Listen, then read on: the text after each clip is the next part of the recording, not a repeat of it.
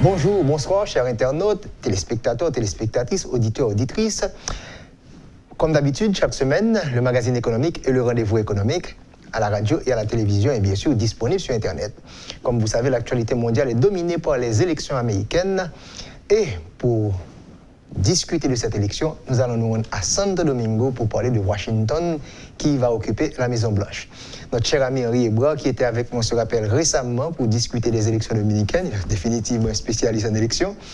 Il avait réalisé un pronostic avant les élections américaines du 3 novembre, et c'est ce qu'Henri va discuter avec nous de ce modèle qu'il a développé. Il l'avait fait en 2016, il l'a répété en 2020, et voilà, au moment où nous parlons, nous n'avons pas encore, cette émission, on n'a pas encore les résultats définitifs des élections américaines. Henri Ebra, merci encore, compliments pour ce travail que vous avez réalisé. Monsieur Kessner, merci beaucoup de l'invitation. C'est un plaisir de pouvoir de nouveau vous rendre visite de manière virtuelle pour l'instant. Hein, et permettez-moi de corriger, parce que c'est pas tant spécialiste des élections. Moi, c'est vrai, je suis un économiste. En fin de compte, la chose qui m'a toujours passionné, en fait, avec les élections, un petit peu partout, c'est qu'il y a beaucoup de chiffres. Donc, moi, j'aime bien les stats. J'aime beaucoup les statistiques. Et donc là, il y a toujours énormément de choses à vérifier, à compter. C'est sur cette base-là qu'on avait, il y a 4 ans, on avait préparé un petit modèle d'analyse sur les élections américaines qui sont si particulières par le mode d'élection État par État. Et il y a 4 ans, vous vous souvenez que tout le monde espérait une victoire indiscutable et facile de Hillary Clinton. Et quand j'ai fait ce travail-là, j'avais émis la possibilité que Donald Trump puisse gagner les élections. Alors on l'avait fait un petit peu, pas comme un canular, mais un petit peu comme une galéjade, comme on dit, et dire attendons, parce que quelqu'un m'avait dit que mathématiquement c'était impossible qu'Hillary Clinton perde les élections. Alors comme moi je suis mathématicien, je crois aux chiffres, je crois pas aux impossibilités, surtout en mathématiques. Et donc je leur disais, écoutez, mathématiquement, tout au contraire, mathématiquement, il y a une vraie possibilité qu'elle perde. Et effectivement, c'est ce qui s'est passé. Cette fois-ci, c'est pareil. Moi, jusqu'à la semaine dernière, exactement une semaine, j'avais pas du tout l'intention de vérifier beaucoup le thème des élections américaines, parce que, en lisant un petit peu les médias, en voyant l'opinion de tout le monde, il ressortait que c'était évident que Joe Biden ne pouvait que gagner et Donald Trump ne pouvait que perdre. Et puis, j'ai reçu un appel d'un ami qui est responsable du Parti démocrate, et il me pose la question, il me dit, écoute Henri, est-ce que tu n'as pas fait ton étude comme il y a 4 ans? J'ai dit, mais non, ça sert à rien, puisque j'ai l'impression qu'il y a rien à vérifier, il n'y a aucune chance qu'il y ait des surprises. Il me dit, écoute, je te repose la question, pourquoi ne ferais-tu pas cette étude? Alors, vu que ça venait plutôt d'un démocrate plutôt que d'un républicain, j'ai dit, tiens, pourquoi il m'appelle, c'est intéressant. Allez, regardons un petit peu. Donc moi, samedi de la semaine dernière, donc il y a 6 jours à peine, je commence à regarder les chiffres, et puis je me rends compte que ça ressemble tout à fait à ce qui s'était passé en 2016. Donc je décide de pousser le cochonnet un petit peu plus loin, de faire l'étude comme nous l'avions fait il y a 4 ans, qui consiste en analyser État par État la situation, et je me rends compte, j'arrive à la conclusion, écoute, que c'est le rapport que j'ai circulé le lundi matin, donc la veille des élections, que suivant certaines conditions très spéciales, Donald Trump pourrait ne pas perdre les élections. Et je nommais en fait une liste de 6 États où tout se déciderait. La Floride, là il n'y a pas eu trop de... en fait la surprise, c'est qu'il n'y a pas eu de surprise. En Floride, même d'ailleurs, le résultat était beaucoup plus favorable cette fois-ci au Parti républicain, spécialement à Miami, très très fort, un très beau score de Donald Trump, et que les 5 autres États, l'Arizona, le Nevada, la Géorgie, la Pennsylvanie, la Caroline du Nord, c'est précisément au moment où on se parle, les 5 États où on n'a pas fini de compter les votes, puisque justement c'est les États où il n'y a toujours pas de décision, même si on est très clair que tout laisse indiquer qu'à la fin du comptage des voix, peut-être dans le courant du week-end, on saura au moins au niveau du comptage des voix que Joe Biden a gagné la présidence, mais beaucoup plus difficilement que ce que l'on imaginait. Et ça, c'est le comptage. Parce qu'après, comme je te disais, Kessler, j'anticipe, et là, on révèle aucun secret, puisque si on voit les déclarations des deux candidats jusqu'à présent, donc Donald Trump a annoncé qu'il va maintenant entamer une bataille juridique pour contester le résultat dans certains États. Mais enfin bon, on va attendre, on est un petit peu dans l'incertitude. Mais aujourd'hui, le cas le plus vraisemblable, c'est qu'effectivement, Biden a gagné l'élection à la Maison-Blanche, mais de manière beaucoup plus serrée que ce qu'on aurait pu imaginer, effectivement. Tu es allé à contre-courant totalement des grandes compagnies de sondage aux États-Unis, la presse américaine, parce que lorsque j'ai reçu l'email de toi, j'ai dit, bon, Henri est totalement à côté de ça, parce que c'est une élection déjà gagnée par Biden, selon les spécialistes, les experts aux États-Unis. Comment tu as pu voir qu'il y avait une chance, car coronavirus, toutes les erreurs commises par Donald Trump, tu as pu voir qu'il y avait cette possibilité, et voilà, tu t'es retrouvé plein dans le mille. Alors écoute, je pense que c'est une combinaison de deux choses.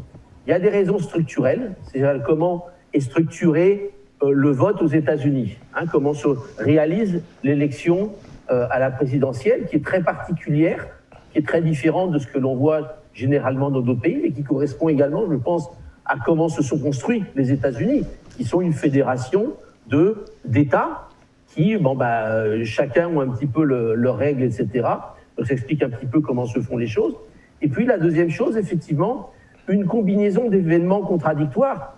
Jusqu'avant le coronavirus, l'économie des États-Unis était dans une santé absolument éblouissante, et surtout sur un thème qui était le thème de l'emploi. Je crois que c'est important de souligner qu'avant la crise du coronavirus, on va dire que jusqu'au mois de février, allait presque jusqu'au mois de mars, l'économie des États-Unis allait tellement bien qu'on était pratiquement dans une situation de plein emploi, avec un chômage qui même était descendu sous les 4%, et très important, le chômage, et ça c'était une nouveauté presque historique, le chômage des minorités les plus importantes, donc la communauté latino et afro-américaine, enregistrait des taux de chômage en dessous de 5%, chose qui, je crois, n'était jamais arrivée dans l'histoire des États-Unis. Donc, essayons de prendre en compte toutes ces choses-là, comme on a fait. D'abord, il faut reconnaître qu'on ne peut surtout pas travailler aux États-Unis, et je pense que c'est la première erreur qu'ont commis beaucoup de gens, qui est de faire, comme on fait sans doute partout ailleurs, on fait un sondage au niveau national, et puis, effectivement, au niveau national, l'avance de Joe Biden était de 7, de 8 points, de 9 points, et ça ne veut absolument rien dire, parce que l'élection du président des États-Unis ne se compte pas de cette façon-là. Yeah. Donc ce n'est pas nécessairement celui qui a le plus de voix au niveau du vote populaire. Du vote populaire qui gagne l'élection. Pourquoi ? Parce que les États-Unis, puisque c'est une fédération, il y a 51 territoires, donc 50 États, plus le District of Columbia, donc Washington DC, la capitale, qui participent à l'élection. Et donc dans chaque État se joue une élection, et le gagnant de cette élection va gagner, en principe, la totalité des représentants comme des grands électeurs. C'est donc une élection au suffrage indirect aux États-Unis.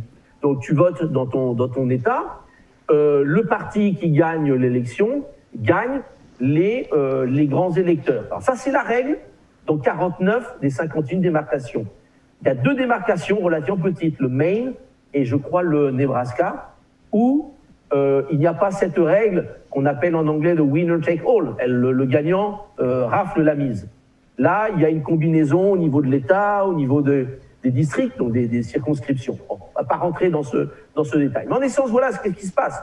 C'est que donc aux États-Unis, on prend chaque État. Normalement, la quantité de délégués correspond peu ou prou à la taille de la population de chaque État. Donc, on a des États comme la Californie, qui est le plus grand prix de tous, qui a un total de 55 grands électeurs, et tu as les plus petits des États qui n'ont droit qu'à 3 grands électeurs.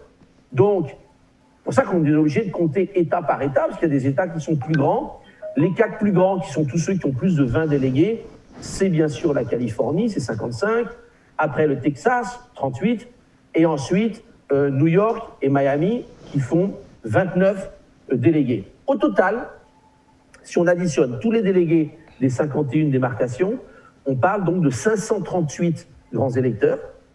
Donc, pour être élu président, il faut assurer 270 électeurs, puisque c'est ce qui donne la majorité absolue. Attention, c'est un cas qu'on aurait pu avoir, on était à 2 doigts de l'avoir d'ailleurs, hein. Jusqu'à hier, c'était encore possible que les 2 candidats terminent à égalité parfaite, 269-269. Ce qui, évidemment, aurait ajouté de la complexité à la situation un petit peu chaotique qu'on a eue jusqu'à aujourd'hui. Mais ce n'est pas le cas. Donc, dans ce cas-ci, ça va au Parlement, au Congrès?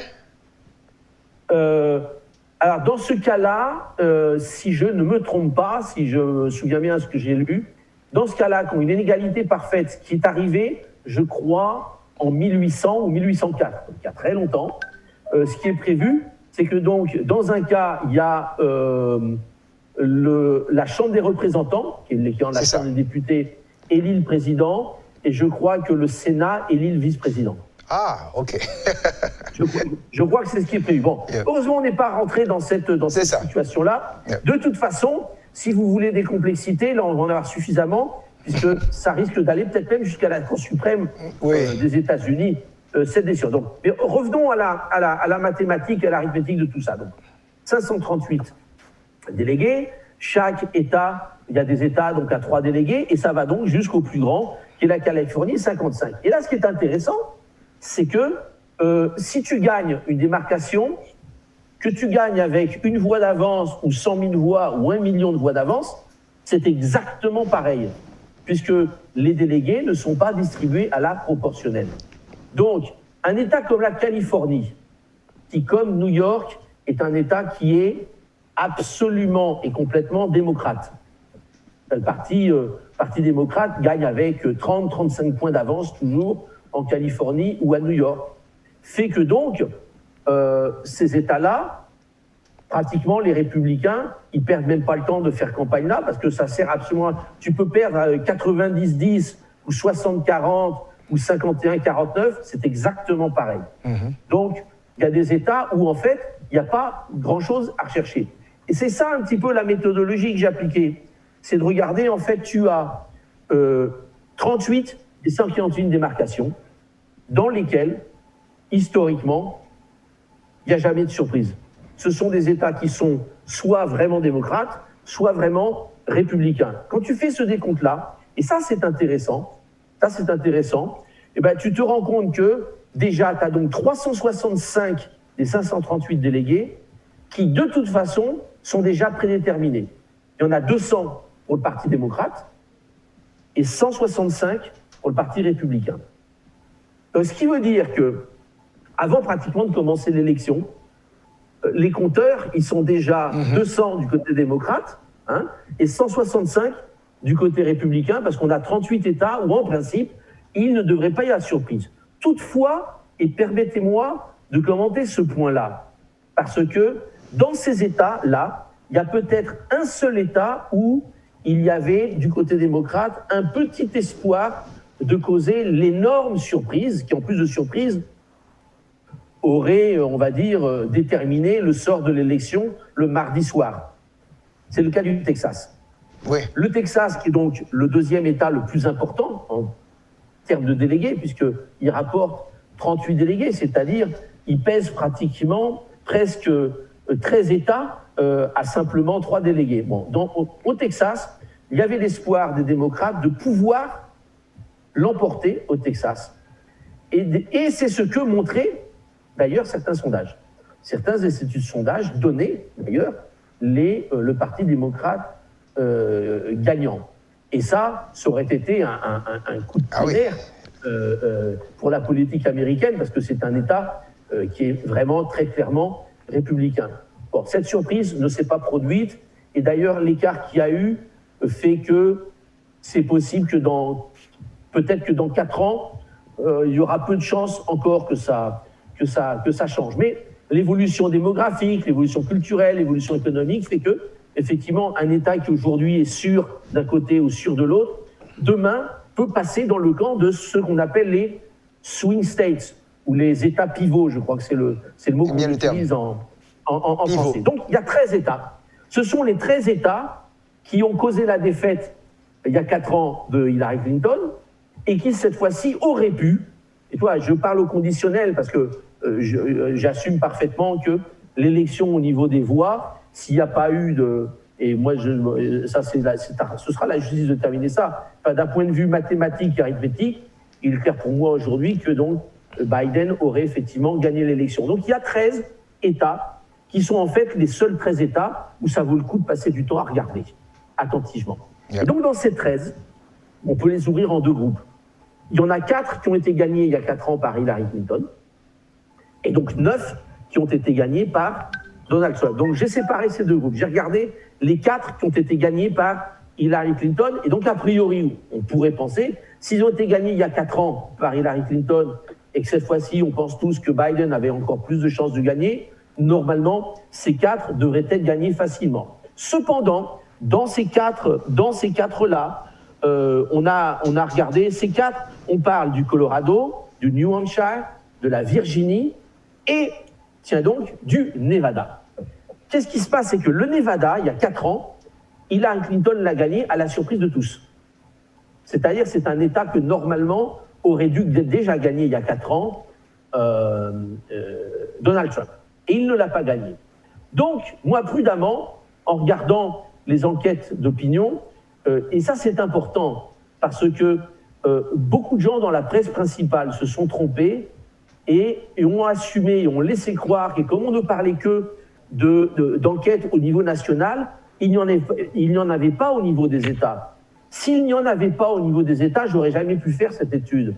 Or, vous allez sur certains sites excellents, que j'ai d'ailleurs mentionné dans mon étude, realclearpolitics.com, ben là, vous avez État par État, vous avez tous les sondages qui ont été publiés, État par État, et ça permettait de voir également un petit peu la tendance. Donc, si on regardait la moyenne des 10 derniers sondages dans chaque État, et la dynamique, ça pouvait donner une idée de s'il pouvait y avoir un risque de basculement de ces États pivots. Donc de ces 4-là, simplement, il y avait la possibilité étroite du Nevada. C'est pour ça que moi j'avais placé, judicieusement, je dois reconnaître, maintenant après coup, le Nevada sur cette liste, puisque effectivement, à l'heure où nous parlons, Kessner, on est encore en train de compter les voix, même si effectivement, normalement, à la fin du comptage, Joe Biden devrait l'emporter aussi au Nevada. Par conséquent, donc, on classait le Nevada à part, et en classant le Nevada à part, et donc en laissant plus que les 9 États que Trump avait gagnés il y a 4 ans, eh bien, le score était non plus de 200 à 165, mais de 226 à 165. C'est-à-dire qu'il manquait plus que 44 délégués à Joe Biden pour remporter l'élection. Et pour ça, il y avait encore 9 États. Donc, la même chose, on a regardé ces 9 États qui avaient gagné Donald Trump il y a 4 ans. On a regardé ceux où, a priori, il n'y avait aucune chance qu'ils les perdent. Et donc, on avait juste laissé sur cette liste l'Arizona, la Géorgie, la Caroline du Nord, la Floride et la Pennsylvanie. Et effectivement, sauf le cas de la Floride qui finalement a été beaucoup plus facile pour Donald Trump, et là il n'y avait pas de contestation possible, sur le reste, effectivement, ça a été très serré, comme ça a été très serré il y a 4 ans. Imagine-toi qu'il y a quand même eu 4 États que Donald Trump avait gagné il y a 4 ans. Là, on parle de la Floride, de la Pennsylvanie, du Michigan et du Wisconsin, où l'écart entre les 2 candidats a été de moins d'1 point. Moins d'1 point. Donc, ce sont des États où, effectivement, il aurait pu se passer des surprises. Ce qui est quand même très surprenant, c'est de voir, et là, oui, tu as tout à fait raison, quand on regarde les instituts de sondage, de manière générale, Et c'est pour ça que j'avais tweeté, pour qu'on puisse comparer les résultats des 2 dernières élections, les résultats préliminaires de cette élection vis-à-vis ce que prévoyaient donc les sondages. Il va quand même falloir se poser beaucoup de questions jusqu'à quel point il y a vraiment eu, on va dire, encore une fois, une erreur terrible des instituts de sondage. Et 2 élections consécutives, hein? Voilà, parce que les sondages ne sont ce qu'ils sont mais à un moment donné, si tu veux, et là on va être très clair, hein, moi je suis ni démocrate ni républicain, c'est pas mon propos. Mon propos, c'est on a fait un exercice intéressant de chiffres, et bien entendu, oui, comme économiste, aussi bien j'imagine de ton côté en Haïti comme de mon côté en République dominicaine, ce qui se passe aux États-Unis se traduit a un impact sur l'économie américaine, et ce qui se passe sur l'économie américaine a un impact important sur l'économie d'Haïti comme sur l'économie de la République dominicaine. Je crois que ça justifiait d'ailleurs que toi et moi, on discute de ce thème-là. Exactement. Et qu'on partage avec tout le monde. Parce que tout ça, ça a effectivement des implications. Donc en fait, a priori ce soir, le cas le plus sûr, et je crois que si on regarde ce qui s'est passé à Wall Street aujourd'hui, vraisemblablement, Joe Biden, sauf décision des tribunaux, et ça, on ne va pas rentrer dans cette discussion, ça va faire gagner beaucoup d'argent aux avocats, ça c'est je suis très content pour eux. Et donc, Joe Biden serait à la Maison-Blanche, mais par contre, au Sénat, le Parti républicain maintient sa majorité. C'était une majorité qui était courte, hein. Il y avait sur les 100 sièges au Sénat, hein, rappelez-vous que donc, là, il y a 50 États qui ont des sénateurs, ce qui veut dire que donc Washington, D.C., comme District of Columbia, n'a pas de sénateurs. Donc il y a 2 sénateurs par État, ça fait 100 sénateurs au total. Le Sénat, c'est particulier puisque les sénateurs sont élus pour 6 ans, alors que les présidents sont élus pour 4 ans. Donc il y a un renouvellement par tiers. Donc on a renouvelé un tiers du Sénat cette fois-ci. Et donc le Parti républicain avait, avant les élections de mardi soir, 53 sièges. Le Parti démocrate en avait 45. Et il y avait 2 indépendants, dont Bernie Sanders, évidemment, mais qui siègent avec les démocrates. Donc, a priori, le Parti républicain aurait perdu 2 États, mais on a gagné 1 aux démocrates, donc il y aurait un solde défavorable de 1, ce qui fait qu'on baisserait à 52-48. Toutefois, attention, il semblerait qu'une élection de sénateurs doivent se refaire ou doivent se tenir au mois de janvier. Et justement, tiens, en Géorgie, qui est un des États pivots où, d'ailleurs, a été prononcé donc vendredi, ils ont ordonné le recomptage des voix. Parce que la différence entre les 2 candidats est de moins de 0,5 points. Et là, la loi électorale est formelle. Dans ce cas-là, on doit recompter. Mais donc, moi, ce que je pense est aujourd'hui le cas le plus vraisemblable. On aura donc Joe Biden à la Maison-Blanche, on aura une majorité républicaine, ce qui veut dire, et c'est comme ça qu'on traduit les marchés financiers pour l'instant, ils ont réagi à la hausse. Donc le programme d'augmentation des impôts, qui faisait partie du programme économique de Joe Biden, sera très difficile que les 2 prochaines années, on voit beaucoup de changements de ce côté-là. Alors ça, c'est plutôt bon a priori, pour nos économies. On va essayer d'analyser tout ça dans la deuxième partie, car c'est la partie la plus importante, à savoir les conséquences que ça va avoir, comment l'échiquier politique sera à partir du 20 janvier prochain. Voilà, vous suivez le magazine économique sur Radio Métropole, sur Télémétropole, le rendez-vous économique. On est du côté de Santo Domingo avec Henri Ebra, qui a prévu exactement ce qui s'est passé. Et c'est la raison pour laquelle on a voulu de Santo Domingo et Port-au-Prince analyser Washington, quel impact ça va avoir. On prend la pause, on se retrouve dans quelques instants.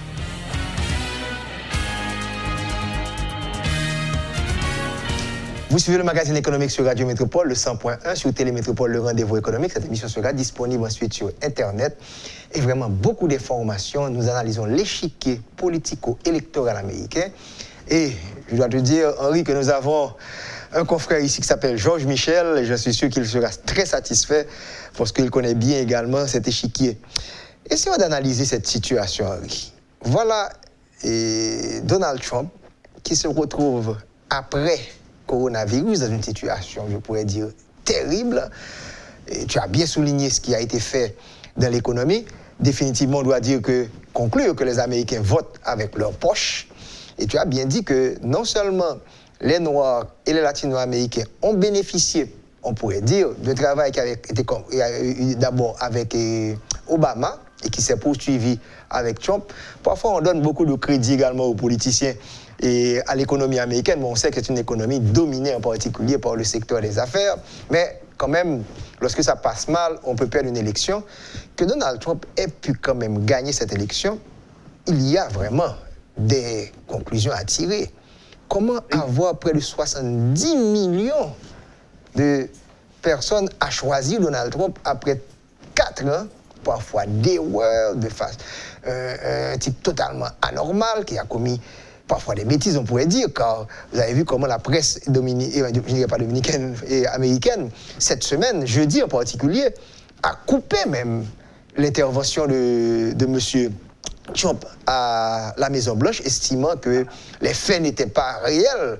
Donc, comment a-t-il pu quand même avoir 69 millions de personnes à voter pour lui? On doit tirer une conclusion à ça. D'abord, tu vois, je pense que c'est une... On doit tous savoir, il y a une double leçon à tirer pour nous tous qui gardons les choses depuis en dehors des États-Unis. C'est bien ça. De manière objective. D'abord, effectivement, que ça nous plaise ou non, et ça, je crois que c'est parfaitement... ça importe bien peu, ce sont les Américains qui votent pour les élections aux États-Unis. C'est leur élection. C'est leur élection, et comme toujours en cette matière, c'est complexe.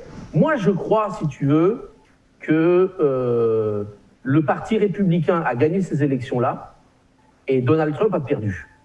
Si on regarde, il y a un décalage entre les résultats du Parti républicain qui a eu des résultats bien meilleurs que prévu, puisqu'ils ont conservé le Sénat. Ils ont même gagné des sièges, alors ça, c'était vraiment pas prévu, à la Chambre des représentants, la Chambre des députés, alors qu'ils avaient perdu la majorité il y a 2 ans. Ils ne regagnent pas cette majorité, donc on va relativiser un petit peu.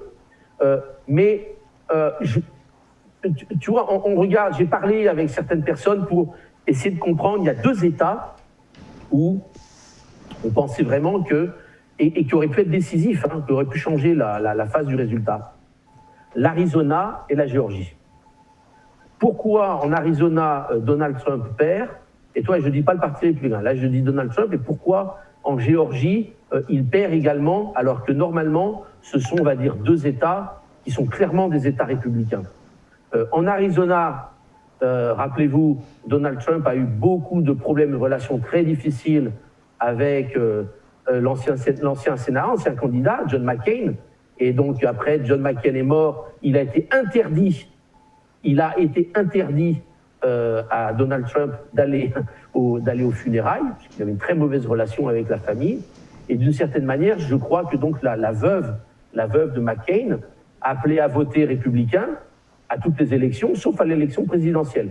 Donc tu penses que le traitement de son vivant que Donald Trump a donné à McCain, que ce soit en le ridiculisant sur les affaires d'armée, tout ça, donc il a payé très cher pour ça? Oui, moi je crois que s'il n'y avait pas eu ces problèmes entre l'Arizona, il n'y avait aucune raison que le candidat républicain perde l'Arizona. Mais ce qui se passe, c'est que si tu as 10% de l'électorat républicain n'a pas voté pour Trump, et en plus n'a pas voté pour les candidats indépendants, ça c'est aussi un autre thème à voir, et donc a préféré voter Biden que pour Trump, là, effectivement, il n'y avait pas d'élection. Mais tu sais que c'est un petit peu ce qui s'est passé il y a 4 ans avec Hillary Clinton. Tu regardais les États où, à la primaire, Bernie Sanders avait gagné contre Hillary Clinton.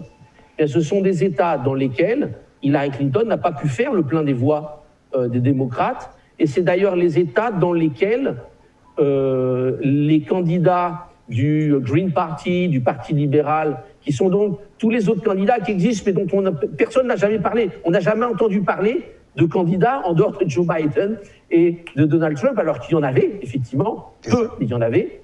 Et donc, ils ont fait beaucoup moins bien. Il y a 4 ans, les candidats indépendants, on va dire, je dis indépendants parce que ce ne sont pas les deux partis principaux, ils avaient triplé leur voix. Ils étaient passés de 2 à 6%. Et j'ai l'impression que là, d'après les chiffres qu'on a, ils sont revenus là où ils étaient. Ça aussi, c'était un facteur important, parce que Donald Trump, probablement, a fait un meilleur pourcentage de voix, même qu'il y a 4 ans, dans beaucoup d'endroits, et même au total général, je crois. Mais là, la grande différence, c'est qu'effectivement, le candidat démocrate a réussi, en plus de chipper quelques voix de républicains dans des endroits bien précis, plus les voix des tiers. Si on va à la Géorgie, qui est donc un État du sud des États-Unis, qui a une population afro-américaine très importante et qui généralement correspond aux églises qui sont les plus conservatrices, les plus traditionnelles, raison pour laquelle, effectivement, en Géorgie, il y a un fort électorat dans autour d'Atlanta, toutes les banlieues autour d'Atlanta. Ce sont des banlieues qui ne sont pas de beaucoup d'argent, mais très sensibles aux thèmes religieux. Et donc, ce sont des banlieues qui votaient toujours républicains. Mais là, le très mauvais traitement, très maladroit traitement qu'a donné Donald Trump quand il y a eu l'affaire c'est Floyd George, hein, c'est ça? C'est ça. Je crois que c'est ce qui lui a coûté l'élection en Géorgie, puisque effectivement, dans certaines églises, dans certaines congrégations religieuses, on a rappelé qu'il fallait bien évidemment voter pour le parti de Dieu, qui est plus le parti républicain que le parti démocrate, mais de ne pas voter pour Donald Trump, qui n'était pas le personnage qui correspondait aux standards éthiques, etc., etc., etc. Donc c'est peut-être ce qui explique que là également... Atlanta a bien illustré ce cas-là. Et... Donc je vois que dans ces cas-là, il y a eu effectivement une réaction que, oui, malgré le fait économique qui t'explique en grande partie pourquoi... parce qu'avant le coronavirus, s'il n'y avait pas eu le coronavirus, je pense, hein, je peux me tromper, on ne pourra jamais savoir d'ailleurs, mais il est fort probable, avant le coronavirus, il était fort probable que Donald Trump gagne facilement ces élections-là. Avec la situation économique et tout ce qu'il y a, c'est ça, non.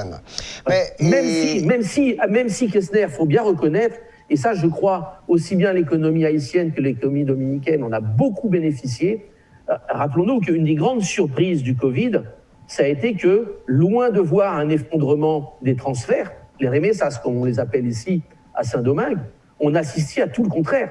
Et une des raisons principales à ce qu'on ait continué de recevoir autant de transferts depuis les États-Unis, ça a été les programmes d'aide fédérale. Les plans de relance. Et là, malheureusement, je pense qu'une des conséquences du vote divisé va rendre beaucoup plus difficile l'approbation rapide et forte de gros paquets d'aide à l'économie. Ça pourrait être une mauvaise nouvelle pour nos économies. Et pour confirmer ce que tu viens de dire, comme je sais que tu aimes les chiffres, en fait, la Banque centrale d'Haïti a découvert que depuis mai 2020, on a en général un marché de 300 millions de manière officielle par mois. Ça a franchi la barre de 300 millions de dollars américains par mois. Donc le plan de relance et le support des ménages, et une partie des fonds se retrouvent en Haïti.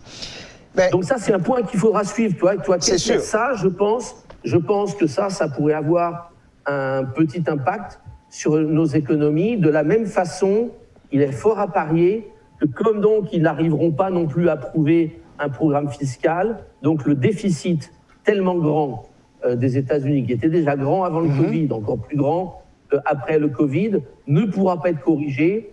Donc, ce que je regardais un petit peu les opinions des uns et des autres. Le scénario possible, ça va être une dépréciation rapide du dollar par rapport aux grandes monnaies. Et ça, on sait ce que ça veut dire. Et ça, c'est une mauvaise nouvelle pour nous en République dominicaine et peut-être encore plus mauvaise pour vous en Haïti. C'est que quand le prix du dollar diminue, le prix du pétrole augmente. Et à plus forte raison, il augmenterait. Parce que, n'ayant plus Donald Trump, gros soutien de l'industrie pétrolière, toutes les incitations à ce qu'on produise avec le fracking aux États-Unis, ça, je pense qu'il y aura beaucoup moins de soutien et de support du côté de Joe Biden, qui pense correctement une économie plus verte.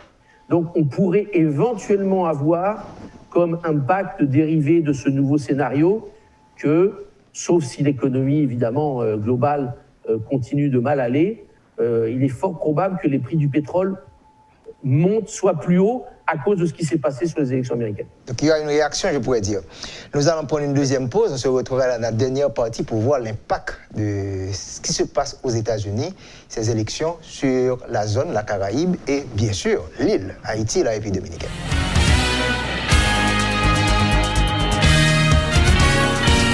Je vous rappelle que vous suivez le magazine économique sur Radio Métropole chaque dimanche à 3h, le 100.1 et dimanche soir à 7h, le rendez-vous économique sur la chaîne 52 Télémétropole.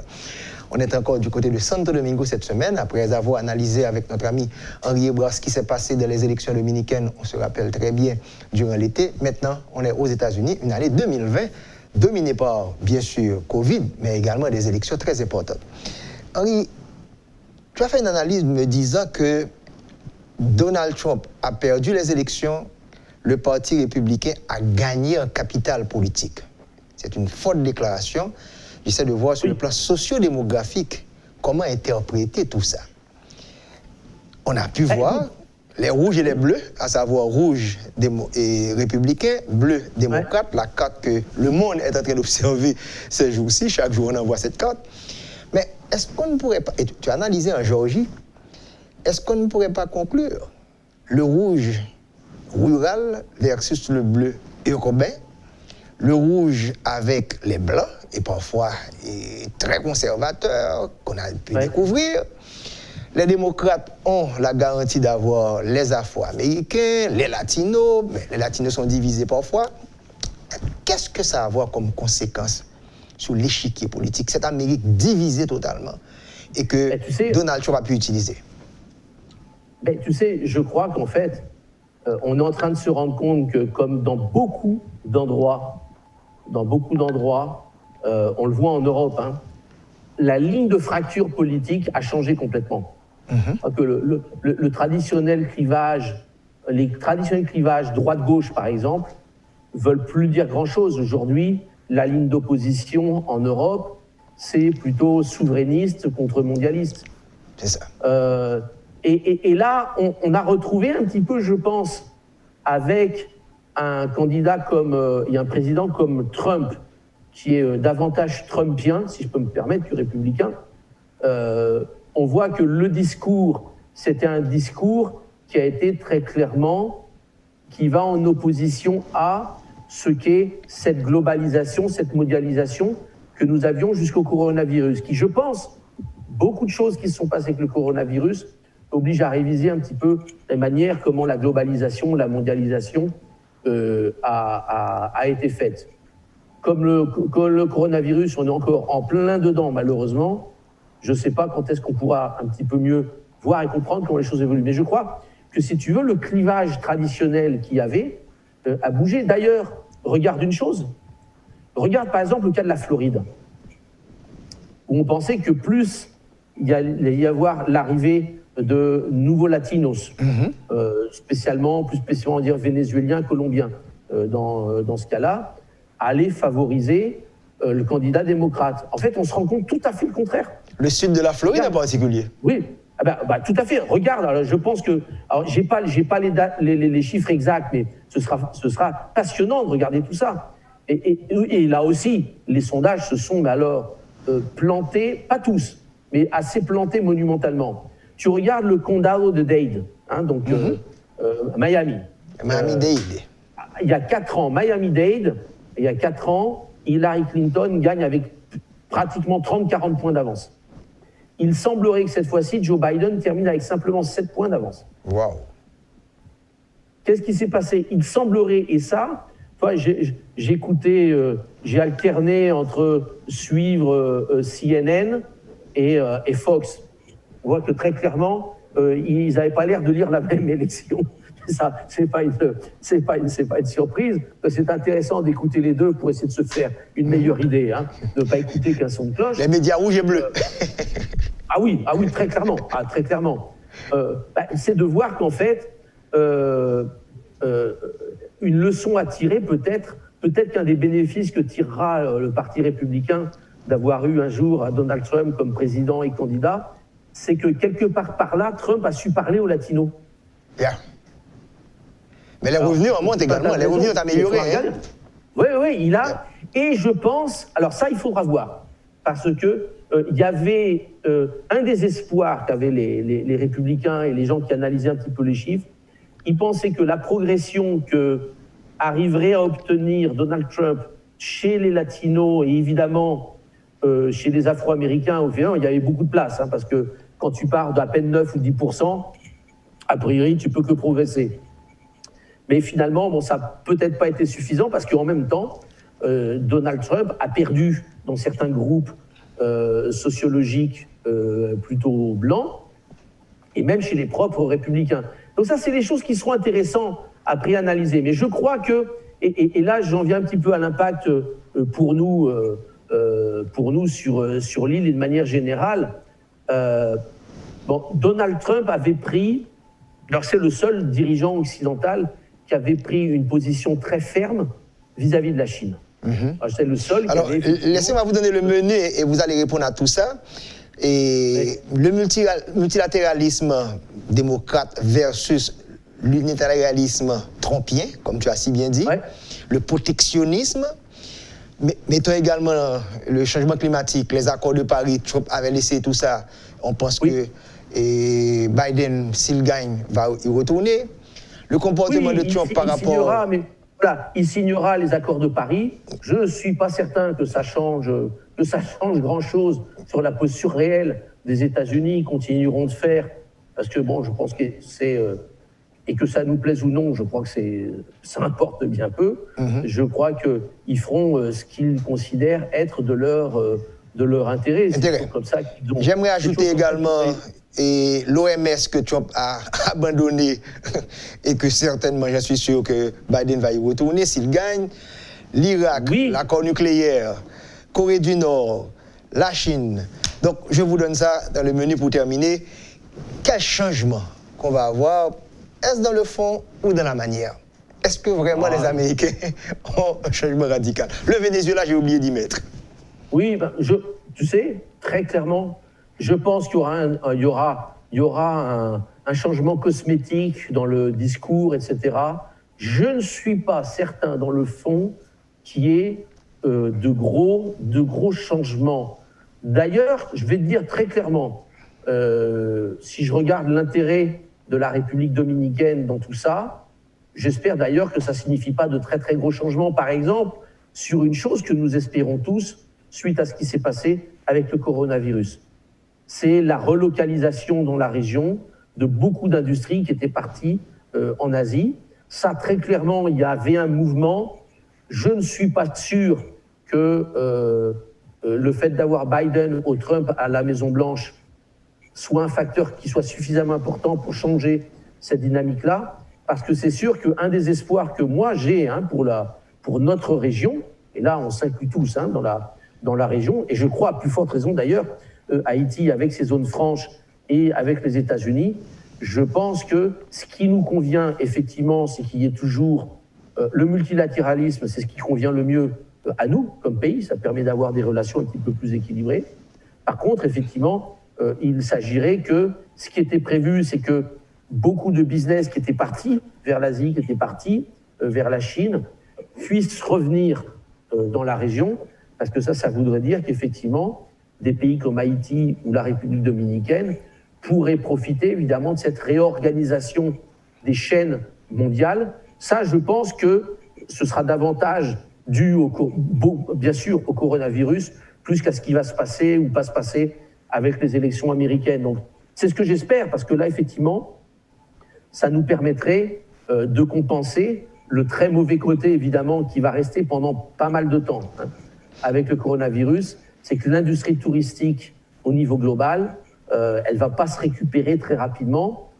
Et ça, par exemple, pour un pays comme la République dominicaine, c'est un énorme inconvénient, parce que le tourisme représente 20% du PIB de la République dominicaine. C'est 1 million des emplois, c'est 25% des emplois. Et ça, je ne crois pas qu'à court terme, on ait une récupération du tourisme. C'est pour ça que nous parions ici en République dominicaine, et je pense que vous faites certainement le même pari en Haïti, c'est que la reconfiguration du commerce mondial va nous favoriser, parce qu'on a déjà les usines qui vendent vers les États-Unis, et ça, il va falloir en profiter, parce que là, oui, c'est un vecteur de croissance pour les prochaines années qui nous permettrait de compenser ce qu'on va perdre avec le tourisme et de ce qu'on pourrait perdre avec l'augmentation du prix du pétrole. Et ne l'oublions pas, indépendamment de qui est à la Maison-Blanche, je pense que l'intérêt de nos pays, c'est d'avoir des relations aussi bonnes que possible avec les États-Unis, parce que c'est notre partenaire, on va dire, obligé, ce qui n'empêche pas, tout au contraire, d'essayer aussi intelligemment d'être capable d'avoir de très bonnes relations avec l'Union européenne, parce que l'argent de la coopération ne vient pas des États-Unis, mais de l'Union européenne, et bien évidemment avec la Chine, parce que, bon, que ça nous plaise ou non, et encore une fois, ça importe bien peu, la Chine est la deuxième ou la première économie du monde, suivant comment on fait les comptes. Donc, je crois que c'est être pragmatique. C'est ça. Henri, d'être pragmatique. Le décret dit que même les adversaires de Trump, les démocrates, ou encore en Europe, qu'ils ont donné à Donald Trump, c'est particulièrement comment il a pu se tenir face à la Chine. Parce qu'on estime que la Chine pratiquait une politique quand même qui dérangeait ces grands pays. Et tu vas bien te rappeler, la Chine est là grâce à Bill Clinton en essayant d'attirer la Chine, ouvrir un peu la Chine et en espérant que ça allait éclater sur le plan politique. Donc on est sûr que Biden à la Maison-Blanche, si c'est le cas, ne va pas changer cette politique. Le protectionnisme et, comme tu as si bien dit, ce déplacement des chaînes de valeur vers la région, et je crois qu'Haïti, la République dominicaine, non seulement les politiciens, les policymakers, mais également les hommes d'affaires devraient voir comment réaliser quelque chose de stratégique au niveau de l'île pour en bénéficier. Je vous lance ça pour analyse. Tout à fait, tout à fait. C'est pour ça que la politique, c'est les histoires du court terme. Un tel ou un tel, ce qui est important, c'est de regarder les tendances de fond, et les tendances de fond, elles sont là indépendamment de qui gagne l'élection, même si, tu l'as bien souligné, je pense que indépendamment du personnage, et c'est sûr que bon, ça restera dans l'histoire quand même comme un drôle de personnage, ces 4 ans de présidence de Donald Trump, mais je crois que c'est assez juste ce que tu dis. Je pense que l'histoire, même ses adversaires, lui auront reconnu ça. C'est le seul qui a eu quand même l'audace de s'affronter à la Chine. Et également, on va souligner, et ça c'est surprenant, parce que beaucoup de gens pensaient que quelqu'un aussi instable, a priori, émotionnellement à la Maison-Blanche, c'était un danger pour la sécurité globale et mondiale. C'est intéressant de voir que c'est la première fois, peut-être depuis très longtemps, que pendant 4 ans, les États-Unis n'ont commencé de guerre avec personne, n'ont envoyé davantage de soldats nulle part, et ça faisait très longtemps que ce n'était pas arrivé. C'est très surprenant, hein, parce que c'était pas du tout ce qu'on attendait. J'ai pas les explications, ça m'intéresse pas, c'est pas ce que je dis, mais je crois que c'est important qu'on prenne un petit peu de recul, qu'on regarde, et en fin de compte, puisque c'est ça notre rôle en tant qu'économiste et conseiller, c'est d'essayer de sentir où vont les tendances, et de ne pas oublier qu'on n'est pas là pour faire de la politique, on est là pour faire des affaires, pour faire en sorte que l'économie de nos pays puisse avancer, pour que les gens qui vivent dans nos pays puissent profiter de cette croissance. Et dans ce cas-là, c'est pour ça qu'on était obligé quand même de parler de ce thème des États-Unis, parce que qu'on le veuille ou non, on va être obligé. Et ça nous a souvent convenu, parfois pas, mais c'est pas une question que ça nous convienne ou pas. On doit continuer de regarder vers les États-Unis parce que c'est la première économie du monde, c'est notre premier partenaire. Et je crois que de la même façon qu'il y a beaucoup de Dominicains qui vivent aux États-Unis, il me semble qu'il y a aussi beaucoup d'Haïtiens qui vivent aux États-Unis. Et donc, ce sont des relations effectivement obligées. Et sachons profiter de ça. Je pense que nous sommes peut-être beaucoup plus importants pour les États-Unis que ce que nous pensons. Je crois que les États-Unis voient nos 2 pays comme des possibles avantages pour eux, et sachons en tirer profit. Et un petit conseil, puisque c'est un ami des États-Unis qui t'avait appelé pour te donner le filon pour dire essayer de faire cette analyse bien réalisée. Maintenant, peut-être qu'un ami de Port-au-Prince pourrait vous dire pourquoi ne pas voir les résultats de la Floride. Ça peut nous donner beaucoup de choses parce que ce triangle Floride, Haïti, République dominicaine, on sait bien, il y a beaucoup de Dominicains et beaucoup d'Haïtiens en Floride. Oui. D'analyser un petit peu ce qui se passe dans cette zone. je pense que c'est le devoir que j'aurai à te donner pour les prochains mois. Et peut-être qu'en janvier, on pourrait analyser tout ça en t'amusant avec les chiffres. Oui, on va regarder parce qu'effectivement, c'était un des résultats surprenants. D'ailleurs, pratiquement, je devrais penser si Dieu nous prête vie pour les élections de 2024, la question est ouverte. Est-ce que la Floride doit rester dans la catégorie de ces 13 États pivots ou est-ce que c'est un État qui devient maintenant un État pratiquement sûr? Un État rouge. Le Parti républicain. Et par contre, la question est ouverte dans le cas du Texas. Est-ce que le Texas, par contre, on doit le changer de la colonne des sur-républicains à État pivot? Ça prouve que tout est dynamique, et d'ailleurs tant mieux, parce que c'est ce qui nous permet d'avoir... Parce que si rien ne changeait, ni toi et moi n'aurions du travail, n'est-ce pas? Tu comprends? Et Henri, dans ma veille stratégique, j'ai suivi cette semaine que Abinader a mis sur la table un plan stratégique pour les exportations. Oui. Comme on aime dit si bien en Haïti, suivez mon regard. Je suis sûr qu'Haïti est exactement dans ce grand plan d'exportation. Oui, ça définitivement, c'est un des points qui est important parce que on escompte bien que un moteur de croissance dont on va avoir davantage besoin, plus que jamais, dans le cas de la République dominicaine, ce sont les exportations. Au-delà d'ailleurs des exportations de zone franche qui ont eu de très bons résultats d'ailleurs, c'est intéressant à souligner, hein, les 3 derniers mois en République dominicaine, et ça aussi c'était une bonne surprise, malgré le Covid, les zones franches dominicaines, au mois de septembre, hein, le dernier mois pour lesquels j'ai des chiffres officiels, on aura celui du mois d'octobre la semaine prochaine, on a fait le mois dernier, au mois de septembre, ça a été le meilleur mois de septembre de l'histoire des zones franches dominicaines.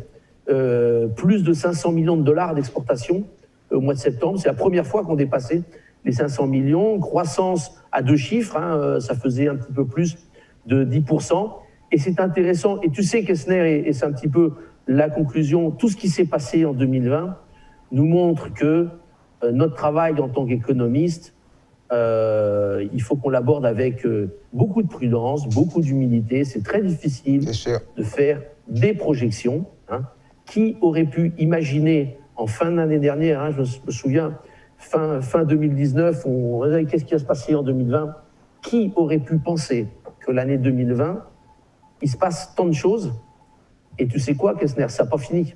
Il nous reste encore 2 mois et on ne connaît toujours pas le nom à 100% sûr du prochain président des États-Unis et peut-être que ça va se décider au tribunal. Donc tu vois que l'année 2020, elle n'est pas finie.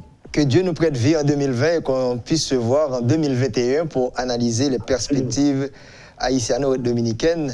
Comme tu te rappelles très bien, notre fameux lien entre Haïti et la République dominicaine. Merci et bonne fin d'année.